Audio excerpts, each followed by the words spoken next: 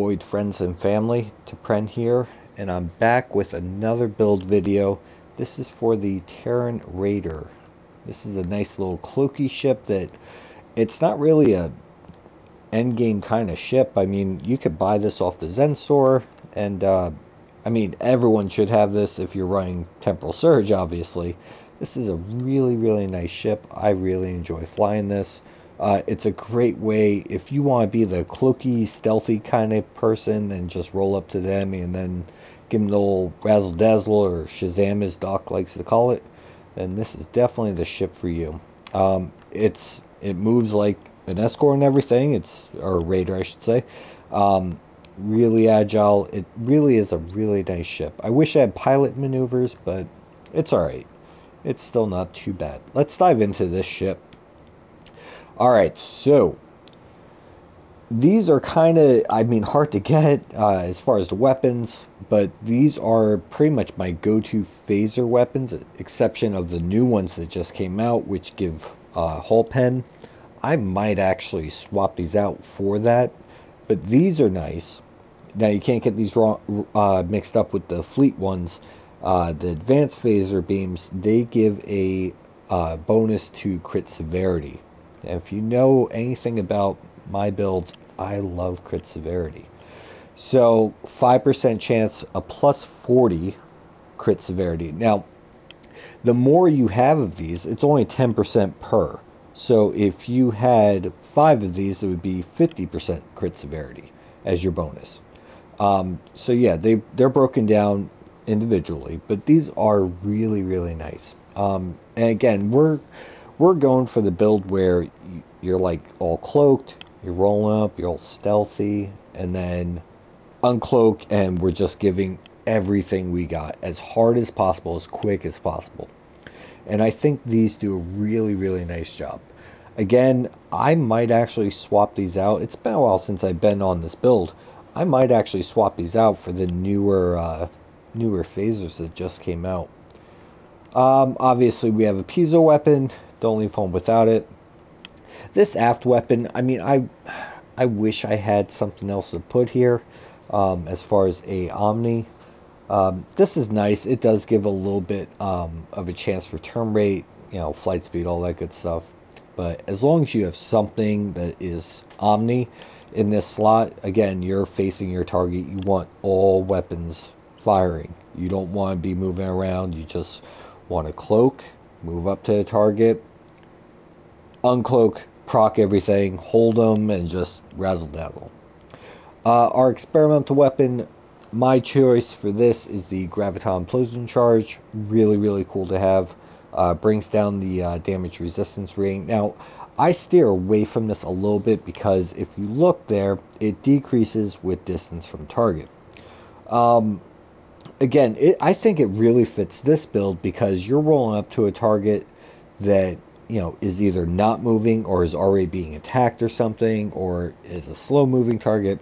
You're moving up to just about 7 kilometers, and then you're uncloaking, and then you're hitting them with everything. So I think this does a really nice job. I mean, I don't actually know, I should actually study this, what the drop off is with the decrease with distance from the target.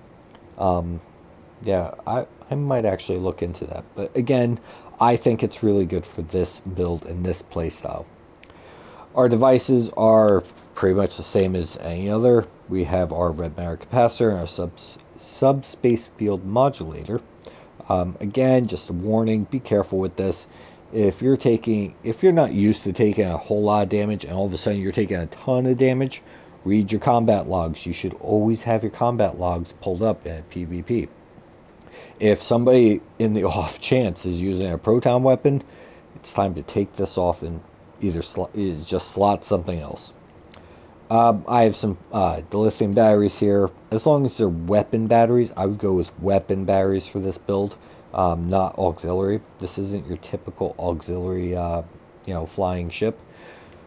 I mean, everything here, best in class. We're getting our 2-piece hull regen set from our disco equipment here and here.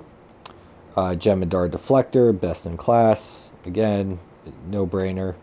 And our Impulse competitive engines, no brainer here. So it differs a little bit here. All right. I want to start with the DPRM. So we want to decloak and buff the ever-loving god out of ourselves. We want so much damage so quickly. So this gives a huge bonus, 40% bonus damage. Well, I mean, obviously you decloak, you're going to be at 100. It's just insane. So we definitely want this. Obviously the passive is really nice to have too. But as a clicky, this is something you should, again, decloak. You're hitting all these things that just give you these insane damage buffs. Our Immolating Phaser Lance, again, really good passive buff here. 15% phaser damage. I mean, obviously it's not like a Proto Matrix console, but it's still nice to have. And again, as long as you have this as a hard clicky, meaning it's slotted where all you have to do is press your L2 or whatever, yeah, this is really nice to have. Huge. Look at those numbers. 30,000. Obviously, you're going to be clicking all this stuff. You're going to be holding them, all this other stuff, and we'll go into that. So, our Tachyon net drones, crit severity. Love me some crit severity.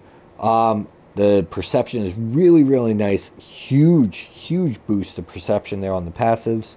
But this clicky, we want, because it brings down, yes, you guessed it, damage resistance. So as a science player, again, I'm using sensor scan, I'm using subnuke, all that good stuff. This just adds chaos to them. Obviously, you really want to figure out the timing. And this is kind of goes to knowing your opponent, knowing their abilities, their capabilities, stuff like that. Obviously, you want to time all this. You don't want to just go wild on your wheels and just click everything. You want to be methodical about it. You want to, first you want to wake them up. All right, somebody's just attacking me. So all their auto proc stuff is going to start happening. Obviously, you don't, their buffs are going to be up as far as resistance, all that. You don't want to proc something like this right away. You want to be methodical. You want to give it, a couple seconds, maybe 4 or 5 seconds, and then you want to hit something like this. In addition to, your hostile acquisition, clicky, or sensor scan if you're a science player, stuff like that. But this is a really important piece of this build right here. Really, really important. Obviously, our weapon enhancer, accuracy, control, yeah, no brainer. We do want to fly this in auxiliary mode. We are running Intel, so we definitely want auxiliary power here. So this is another one. So again, this goes back to the Tachyon net. Cascading subatomic disruptions. Now, I don't care about EPG for this build. I really don't care about that 1.9 aux power. I care about that right there. -40. All damage resistance ratings. Again, if you're being methodical with your clickies, right, and you're really concentrating on the time, you're going to bring their damage, all their damage resistance ratings down so much, so quickly, that you might not even have to proc things like beam overload. I mean, it does come down to that, especially if they're a bigger, slow-moving target, because we do have other things we're going to hold them with, stuff like that. Obviously, we're running Proto consoles for those. Huge boost to damage. I mean, this ship, it is Intel, but it's not a real big kind of, it's not a phase in and out kind of build. This is a fragile build. So, again, this is more of a team build. This is not a 1v1 build, in my opinion. Our enhanced tractor drones, good boost to accuracy there. Don't really care about EPG too much, but if you're able to click these, now there is a targeting arc on these. It doesn't say it, but there is an arc on these. They have to be pretty much, in front of your ship. you can launch these. Now you can launch 3 of them, and they actually hold and everything. They do some damage, all that stuff, but again, we want to uncloak. We want to debuff.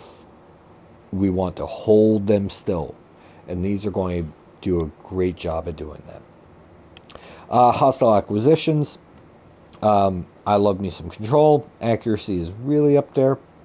Alright, but I mean, I would have that just for those passives, but the clicky on it, look at that. Oh my Jesus.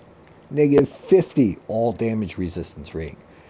And you're dropping their flight rate, or flight speed, and their turn rate, and all that good stuff. And also their damage too, if they even see where you're coming from. But this is, I would say hostile acquisition is almost a must-have on any PvP build. I really have a hard time getting rid of this to put something else in its place. Just overall, the passives and that clicky alone, it's so awesome. It really is an awesome console. Not hard to get. You get them from the salvage console boxes. Really, it's a must-have in my opinion. Mastery, it's, it is what it is. Got some crit severity there. I like that. The Wild Weasel, the trait that it does come with for the Tier 5 Mastery, I haven't actually really tried this. I might, though, because I like running evasive maneuvers. Who doesn't? But Intel, I love running Intel, and some of these ships where you're running 4 Intel abilities, I mean, this is kind of nice to have. I mean, it's obviously, it says it once every 45 seconds, but I'm not sure how strong the enemy is. I might actually try that out in one of the fun Vs coming up. Going to our seating, so nothing real crazy. This is a beam overload build. You could go for surgical strikes because you have a commander intel seating here. For this build, again, this is a bit different as far as tactics. So you kind of have to, I really want to drive that across. The tactics of flying this are completely different. Starting out with our engineers, no change really. Recharging with the duty officer, stuff like that. Our aux to Sif, we have our duty officer to placate, and our emergency powered aux, we also have a duty officer with a 40% chance to do some stuff, but it's really nice to be able to see people. Plus you gain some stealth, and obviously, engineer team 1. Alright, science team 1. Don't leave home without. Tractor beam 2. I want this on here. I really want this on here. Especially with all the control consoles and traits and stuff like that we're using. It really is going to make a huge difference. Again, you want to hold them where they are. You pretty much want to roll up to them 7 kilometers, park your ship, decloak, debuff, start firing, hold them down. So, you're pretty much at a standstill when you make your initial alpha. And then once you proc all this stuff, then you can start moving around. But tractor beams, it's a definite go-to for me. Going up to our tactical officer, keeping us sight-laced weaponry, bringing down more damage resistance. Focus assault, so again, this is a team build. So if you're communicating with your team, and hey, I got Terran on my scan right now, and I'm coming up to him.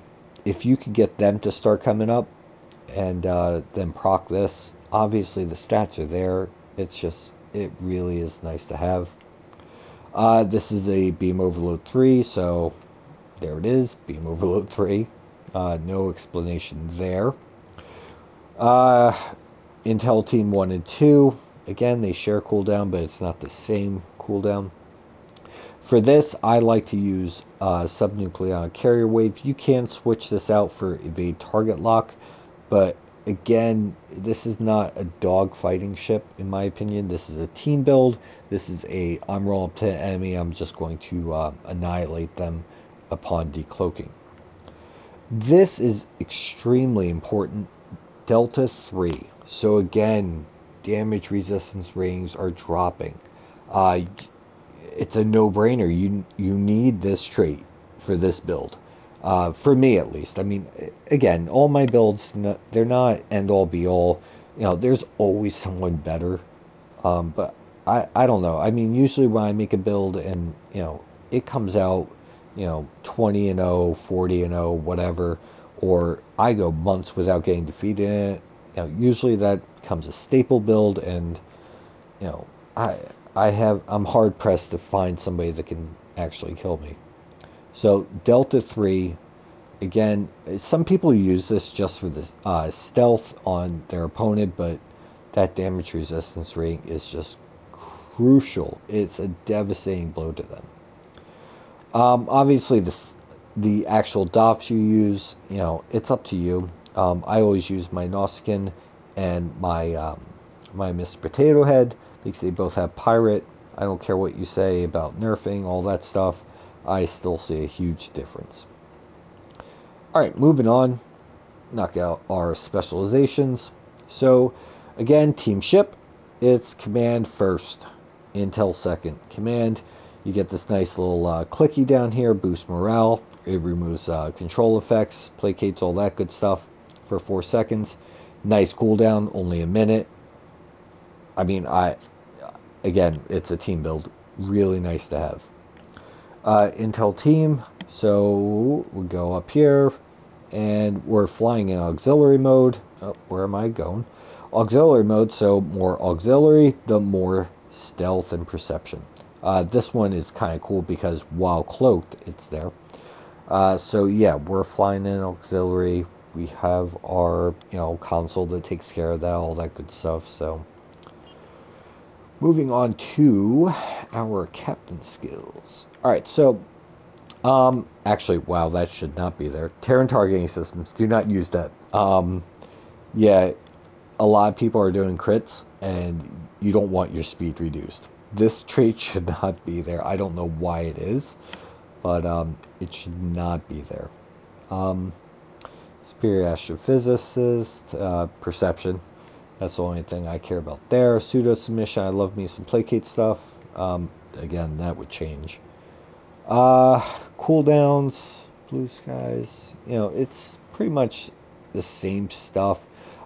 This one's a little bit different because I'm a science player. Whenever I sub-nuke, I don't know if this goes for the Intel sub-nuke, but I'm a science player. I have a sub-nuke clicky. You're draining their power levels, and you're giving yourself some power levels, so they're not able to heal as much or get away as much, and you're able to shoot more. This is a very important part. Bonus damage from cloaking. Yeah, it kind of need this because, again, you're going from cloak to, hi, I'm here, I'm going to kill you. Up here, this also goes towards your cloaking stuff. You know, this is kind of an end game item here. I think this comes off the legendary Scimitar, if I'm not mistaken. I keep getting the D7 and the Scimitar mixed up with what they give. I want to say the Scimitar. But, you know, you can also use your cloak as, you know, a getaway kind of thing. You just got to be very, very careful. Whenever you enter cloak, there is a time where you go from visible to not visible, and you have no shields, and you're still targetable. So be very careful. But look at that bonus damage. 50% for 15 seconds. That's insane. That's absolutely insane.